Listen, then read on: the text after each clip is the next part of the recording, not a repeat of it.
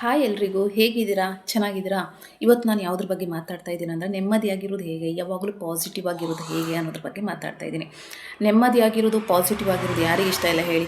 ಎಲ್ಲರೂ ಜೀವನದಲ್ಲಿ ದುಡಿಯೋದು, ಜೀವನದಲ್ಲಿ ಕಷ್ಟಪಡೋದು ಏನಕ್ಕೆ? ನೆಮ್ಮದಿಯಾಗಿರಬೇಕು, ಒಳ್ಳೆ ಲೈಫ್ ಸೆಟ್ಲ್ ಮಾಡ್ಕೋಬೇಕಂತ ಅಲ್ವಾ? ಆದರೆ ಇವತ್ತು ಈ ದುಡಿಯೋ ಬ್ಯುಸಿಯಲ್ಲಿ, ಈ ಜಂಜಾಟದಲ್ಲಿ ನೀವೆಷ್ಟು ನೆಮ್ಮದಿಯಾಗಿದ್ದೀರಾ ನಿಮ್ಗೆ ನೀವೇ ಕೇಳ್ಕೊಳ್ಳಿ. ಏನಂದರೆ ಇವತ್ತು ಯಾಕೆ ನೆಮ್ಮದಿಯಾಗಿರ್ಲಿಕ್ಕೆ ಆಗ್ತಾ ಇಲ್ಲ ಅಂದರೆ ಇವತ್ತಿನ ಸಿಚುವೇಶನ್ ಹಾಗೇ ಇದೆ.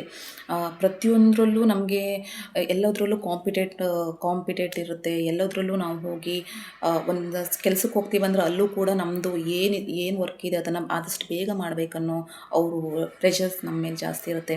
ಅದೆಲ್ಲದರಿಂದ ನಮ್ಮ ನೆಮ್ಮದಿ ಕಳ್ಕೊತೀವಿ. ಇನ್ನೊಂದೇನೆಂದರೆ ಯಾವುದೋ ಒಂದು ಫೀಲ್ಡಲ್ಲಿ ಹೋಗಿ ಏನೋ ಅಚೀವ್ ಮಾಡಬೇಕಂತ ಅನ್ಕೊತೀರ ಅಂತ ಅಂದ್ಕೊಳ್ಳಿ. ನೀವು ಫಸ್ಟು ಕೆಲಸದ ಬಗ್ಗೆ ಫೋಕಸ್ ಮಾಡಲ್ಲ. ಫಸ್ಟ್ ಏನು ಮಾಡ್ತೀವಿ ಅಂದರೆ ರಿಸಲ್ಟ್ ಬಗ್ಗೆ ಹೋಗಿ ಏನಾಗುತ್ತಂತ.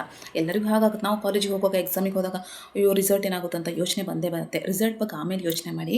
ಫಸ್ಟ್ ನೀವು ಏನು ಮಾಡ್ತೀರ ಅಂದರೆ ನೀವು ಮಾಡೋ ಕೆಲಸದ ಬಗ್ಗೆ ಗಮನ ಇಟ್ಟು ಕೆಲಸ ಮಾಡಿ.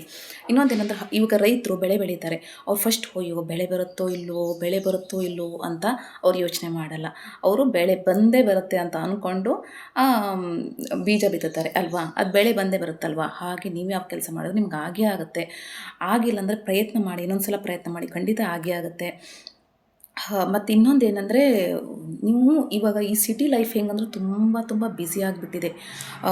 ಬೆಳಿಗ್ಗೆ 7 ಆಫೀಸಿಗೆ ಹೋಗಿ ಆಮೇಲೆ ಸಂಜೆ ಆಗುತ್ತೆ, ಆಮೇಲೆ ಮತ್ತೆ ಬರೋದು, ಮತ್ತೆ ಬೆಳಿಗ್ಗೆ 7. ಅದರಲ್ಲಿ ನಿಮಗೆ ಟೈಮ್ ಕೊಡಲಿಕ್ಕೆ ಸಾಕಾಗ್ತಾ ಇಲ್ಲ ಅಲ್ವಾ? ಇಷ್ಟು ಜನ ಹೇಳಿ ನಿಮ್ಮನ್ನು ನೀವು ಕಂಡುಕೊಂಡಿದ್ದೀರಾ? ಇಷ್ಟು ದುಡಿಯೋದು ಅಷ್ಟೇ ಜೀವನನಾ? ಹೌದು, ದುಡಿಮೆ ಬೇಕು, ಎಲ್ಲ ಬೇಕೇ ಬೇಕು. ಇವಾಗಿನ ಇದರಲ್ಲಿ ದುಡಿಮೆ ಇಲ್ಲ ಅಂದರೆ ಆಗಲ್ಲ. ಅದ್ರ ಜೊತೆ ನಿಮ್ಮ ಮನಸ್ಸಿನ ನೆಮ್ಮದಿ ತುಂಬ ಇಂಪಾರ್ಟೆಂಟ್ ಅಲ್ವಾ? ಅದಕ್ಕೋಸ್ಕರ ಏನು ಮಾಡಿ ಅಂದರೆ ಮಾರ್ನಿಂಗು ಒಂದು 10 ಮಿನಿಟ್ಸ್ ಅಥವಾ 15 ಮಿನಿಟ್ಸ್ ಮೆಡಿಟೇಷನ್ ಮಾಡಿ. ಈ ಮೆಡಿಟೇಷನ್ ಅನ್ನೋದು ನಿಮ್ಮನ್ನು ತುಂಬ ಹೆಲ್ಪ್ ಮಾಡುತ್ತೆ. ಮತ್ತೇನು ಮಾಡಿ ಅಂದರೆ ಈ ಮಾರ್ನಿಂಗ್ ಇದ್ದಾಗ ಒಂದು ಸ್ವಲ್ಪ ಹೊತ್ತು ಮೆಡಿಟೇಷನ್ ಮಾಡಿ. ಒಂದು 15 ಮಿನಿಟ್ಸ್ ಇರ್ಬೋದು, 20 ಮಿನಿಟ್ಸ್ ಇರ್ಬೋದು. ಮೆಡಿಟೇಷನ್ ಮಾಡಿ. ಮೆಡಿಟೇಷನ್ ನಿಮ್ಗೆ ತುಂಬ ಹೆಲ್ಪ್ ಮಾಡುತ್ತೆ. ಸ್ಟಾರ್ಟಿಂಗ್ ಮೆಡಿಟೇಷನ್ ಮಾಡಿದಾಗ ಇಲ್ದಿರೋ ಯೋಚನೆಗಳೆಲ್ಲ ಬರ್ತವೆ, ಕಷ್ಟ ಆಗುತ್ತೆ. ಹೌದು, ಎಲ್ಲರಿಗೂ ಆಗುತ್ತೆ. ಹೋಗ್ತಾ ಅದು ನಿಮ್ಮನ್ನು ಮೆಡಿಟೇಷನ್ ಮಾಡಿಲ್ಲ ಅಂದರೆ ನಿಮ್ಗೆ ಆಗಲ್ಲ, ಆ ಥರ ಆಗುತ್ತೆ. ಆದ್ದರಿಂದ ಆದಷ್ಟು ಮೆಡಿಟೇಷನ್ ಮಾಡಿ. ಇನ್ನೊಂದೇನೆಂದರೆ ನಿಮಗೆ ಸಿಟಿ ಲೈಫ್ ಅಂದ್ರೆ ಓಕೆ, ಚೆನ್ನಾಗಿರುತ್ತೆ ಸಿಟಿ ಲೈಫ್, ಹೌದು. ಅದ್ರ ಆ ಗಾಡಿ ಸೌಂಡು, ಆ ವೆಹಿಕಲ್ ಸೌಂಡು, ಬರೀ ಆ ಧೂಳನ್ನೇ ಕುಡಿದು ನಾವು ಫ್ರೆಶ್ ಗಾಳಿನಂತೂ ತಗೊಳ್ಳೋದೇ ಇಲ್ಲ ಅಲ್ವಾ? ಎಲ್ಲ ಸಿಟಿಗಳಲ್ಲೂ ಅಷ್ಟೇ. ಅದಕ್ಕೋಸ್ಕರ ನೀವು ಯಾವ ಹಳ್ಳಿಯಿಂದ ಬಂದಿರ್ತೀರ, ಇಲ್ಲ ಎಲ್ಲೋ ಪ್ರಕೃತಿ ಮಧ್ಯೆ ಹೋಗಿ, ಏನಾದ್ರು ಹಾಲಿಡೇ ಇದ್ದಾಗ ಆ ಪ್ರಕೃತಿ ನಡುವೆ ಟೈಮ್ ಸ್ಪೆಂಡ್ ಮಾಡಿ. ಆ ಹಕ್ಕಿಗಳ ಚಿಲಿಪಿಲಿ ಸ್ವಲ್ಪ ಕೇಳಿ, ಆವಾಗ ನಿಮ್ಮ ಮೈಂಡ್ ತುಂಬ ರಿಲೀಫ್ ಆಗುತ್ತೆ. ಆವಾಗ ಸ್ವಲ್ಪ ನಿಮಗೆ ಓಕೆ, ನಿಮ್ಮ ಮೈಂಡ್ ಸ್ವಲ್ಪ ಕಂಟ್ರೋಲ್ ಬರುತ್ತೆ. ಓಕೆ, ಸ್ವಲ್ಪ ನೆಮ್ಮದಿಯಾಗಿದ್ದೀನಪ್ಪ ಅನಿಸುತ್ತೆ. ಇಲ್ಲ ಅಂದರೆ ಅದೇ ಲೈಫು, ಅದೇ ಒದ್ದಾಟ, ಅದೇ ಆಫೀಸು ಅಂತ ಅಂದರೆ ನೆಮ್ಮದಿ ಖಂಡಿತ ಸಿಗಲ್ಲ. ಆದ್ದರಿಂದ ನಿಮ್ಮ ಜೀವನದಲ್ಲಿ ನೀವು ಚೆನ್ನಾಗಿರ್ಬೇಕಂದ್ರೆ ನೀವು ನೆಮ್ಮದಿಯಾಗೋದು ತುಂಬ ಇಂಪಾರ್ಟೆಂಟು. ನಿಮ್ಮವರು ನೀವು ಕಾಪಾಡಬೇಕಂದ್ರೆ ನಿಮ್ಮ ನೆಮ್ಮದಿ, ನಿಮ್ಮ ಖುಷಿ, ನೀವು ಖುಷಿಯಾಗಿದ್ರೆ ತಾನೇ ನಿಮ್ಮವ್ರಿಗೆ ಖುಷಿ ಕೊಡಲಿಕ್ಕಾಗೋದು. ಅದಕ್ಕೋಸ್ಕರ ನೀವು ಖುಷಿಯಾಗಿರಿ.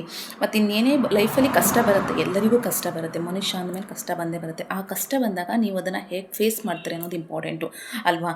ಯಾವ ಮನುಷ್ಯನಿಗೆ ಆಗಲಿ ನನ್ನ ಕಷ್ಟನೇ ಬರಬಾರ್ದು, ನಾನು ಲೈಫಲ್ಲಿ ಬರೀ ಖುಷಿಯಾಗಿರ್ಬೇಕಂದ್ರೆ ಸಾಧ್ಯನೇ ಇಲ್ಲ. ಪ್ರತಿಯೊಬ್ಬರ ಜೀವನದಲ್ಲೂ ಒಂದಲ್ಲ ಒಂದು ರೀತಿ ಕಷ್ಟ ಬಂದೇ ಬರುತ್ತೆ. ಆವಾಗ ಆ ಕಷ್ಟನ ನಾವು ಹೇಗೆ ಫೇಸ್ ಮಾಡಬೇಕು, ಹೇಗೆ ಫೇಸ್ ಮಾಡಿ ಮುಂದೆ ನಮ್ಮ ಗೋಲ್ನ ರೀಚ್ ಆಗ್ಬೇಕು ಅನ್ನೋದು ನೀವು ಚೆನ್ನಾಗಿ ತಿಳ್ಕೊಬೇಕಾಗತ್ತೆ. ಇದೆಲ್ಲ ನೀವು ತಿಳ್ಕೊಂಡ್ರೆ ನಿಮಗೆ ನೆಮ್ಮದಿ ಅನ್ನೋದು ಆಟೋಮೆಟಿಕ್ಕಾಗಿ ಸಿಗುತ್ತೆ. ಮತ್ತು ಪಾಸಿಟಿವ್ ಆಗಿ ಹೆಂಗೆ ಯೋಚನೆ ಮಾಡೋದಂದ್ರೆ ಯಾವುದೇ ಒಂದು ಕೆಲಸದಲ್ಲಿ ರೈತರು ಹೆಂಗೆ ಬೆಳೆ ಹಾಕಿದ್ರು ಖಂಡಿತ ಫಸಲು ಕೊಡುತ್ತಂತ ಪಾಸಿಟಿವ್ ಆಗಿ ಯೋಚನೆ ಮಾಡ್ತೀರೋ, ನೀವು ಕೂಡ ಹಾಗೆ ನಿಮ್ಮ ಕೆಲಸದಲ್ಲಿ ಪಾಸಿಟಿವ್ ಆಗಿ ಯೋಚನೆ ಮಾಡಿ. ಬರುತ್ತೆ ನೆಗೆಟಿವ್, ಅಯ್ಯೋ ಆಗಲ್ವಾ ಅಂತ, ಖಂಡಿತ ಆಗುತ್ತೆ. ಆ ಥರ ಒಂದು ಮೈಂಡ್ ಸೆಟ್ ನೀವು ಮಾಡ್ಕೊಳ್ಳಿ. ಸ್ವಲ್ಪ ದಿನ ಕಷ್ಟ ಆಗುತ್ತೆ, ಅದೆಲ್ಲದಕ್ಕೂ ಮೆಡಿಟೇಷನ್ ಇಂಪಾರ್ಟೆಂಟ್. ಓಕೆನಾ? ಓಕೆ ಫ್ರೆಂಡ್ಸ್, ನನ್ನ ಈ ವಿಡಿಯೋ ನಿಮ್ಗೆ ಇಷ್ಟ ಆಗಿದರೆ ನನ್ನ ಚಾನಲ್ನ ಸಬ್ಸ್ಕ್ರೈಬ್ ಮಾಡಿ. ಪ್ಲೀಸ್ ನನಗೆ ಸಪೋರ್ಟ್ ಮಾಡಿ. ಯಾಕಂದರೆ ನಿಮ್ಮ ಸಪೋರ್ಟ್ ಇಲ್ಲದೆ ನಾನೇನು ಮಾಡಲಿಕ್ಕಾಗಲ್ಲ.